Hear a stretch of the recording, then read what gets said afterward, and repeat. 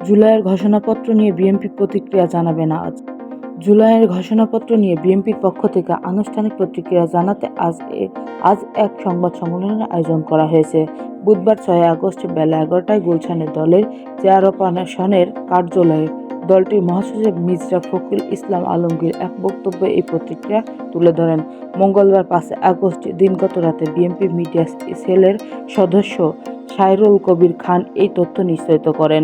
জানা যায়, সংবাদ সম্মেলনে জুলাই ঘোষণাপত্র এবং অন্তর্বর্তী সরকারের প্রধান উপদেষ্টা অধ্যাপক ডক্টর মোহাম্মদ ইউনূসের সম্প্রতি দেওয়া ভাষণ নিয়ে দলের আনুষ্ঠানিক প্রতিক্রিয়া জানা যায়। এদিকে অন্তর্বর্তী সরকারের প্রধান উপদেষ্টা ডক্টর মোহাম্মদ ইউনূসের জুলাই গবেষণাপত্র এবং জাতির উদ্দেশ্যে দেওয়া ভাষণে আগামী বছরের ফেব্রুয়ারিতে নির্বাচনের ঘোষণাকে স্বাগতম জানিয়ে বিএনপির মঙ্গলবার রাত 9টায় গুলশানের বিএনপি চেয়ারপারসনের রাজনৈতিক কার্যালয়ের সামনে জুলাইয়ের গবেষণাপত্র ও প্রধান উপদেষ্টা জাতির উদ্দেশ্যে দেওয়া ভাষণের প্রতিক্রিয়া বিএনপির স্থায়ী কমিটির সদস্য সালার উদ্দিন আহমেদ এই প্রতিক্রিয়া ব্যক্ত করেন।